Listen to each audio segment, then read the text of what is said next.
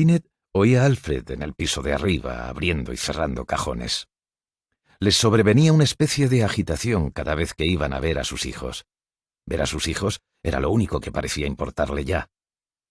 En las ventanas del comedor, inmaculadamente limpias, había un caos. El viento enloquecido, las sombras negadoras. Enid ya había buscado por todas partes la carta de la Axon Corporation y seguía sin encontrarla. Alfred estaba en el dormitorio de matrimonio preguntándose por qué estarían abiertos los cajones de su cómoda. ¿Quién los había abierto? Si no sería él mismo quien los había abierto.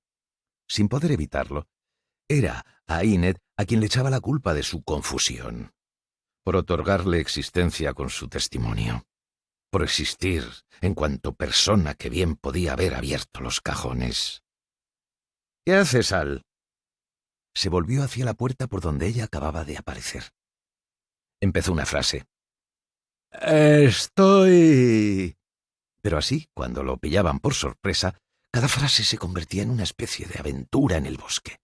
En cuanto perdía de vista la luz del claro por donde acababa de adentrarse, se daba cuenta de que ya no estaban las miguitas que había ido dejando como rastro, que se las habían comido los pájaros, unas cosas silenciosas, muy hábiles, muy rápidas, que apenas distinguían la oscuridad, pero que eran tan numerosas y estaban tan apiñadas en su hambre, que era como si ellas fuesen la propia oscuridad, como si la oscuridad no fuera uniforme, no fuera la ausencia de luz, sino algo repleto y corpuscular, y de hecho, en su estudiosa juventud, cuando encontró la palabra crepuscular en la Mackay's Treasury of English Verse, los corpúsculos de la biología se entretejieron en su comprensión de la palabra, de modo que se pasó el resto de su vida adulta percibiendo corpúsculos en el crepúsculo, algo parecido al grano que dan las películas muy sensibles, indispensables en condiciones de escasa luminosidad ambiental, algo parecido a una lúgubre decadencia.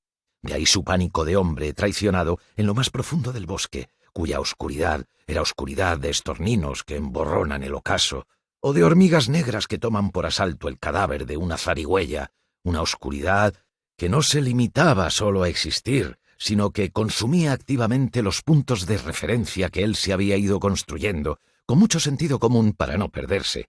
Pero, nada más darse cuenta de que estaba perdido, el tiempo se hacía deliciosamente lento, y a partir de ahí se le desvelaban eternidades insospechadas entre una palabra y la siguiente, o más bien se quedaba atrapado en el espacio entre palabra y palabra, y lo único que podía hacer era quedarse mirando la velocidad a que el tiempo se desplazaba sin él, la juvenil e irreflexiva parte de sí mismo que se proyectaba hacia adelante por el bosque, ciegamente, hasta perderse de vista, mientras él, el Alfred hecho y derecho, quedaba atrapado, esperando, en una suspensión extrañamente impersonal, a ver si el muchachito, presa del pánico, a pesar de que ya no sabía dónde estaba o por dónde había penetrado en el bosque de aquella frase, aún conseguía abrirse camino hasta el claro donde lo esperaba Enid inconsciente del bosque.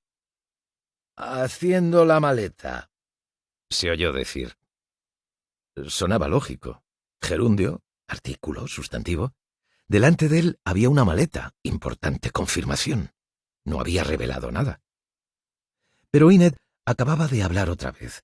Según el otorrino, Alfred padecía un leve problema de audición. Se quedó mirando a Enid con el ceño fruncido, sin entenderla. «Es jueves», dijo ella levantando la voz. «No salimos hasta el sábado». «El sábado», repitió él. Luego, ella le echó una regañina y se retiraron por un momento los pájaros crepusculares. Fuera, sin embargo, el viento había logrado que el sol se desvaneciese y empezaba a hacer muchísimo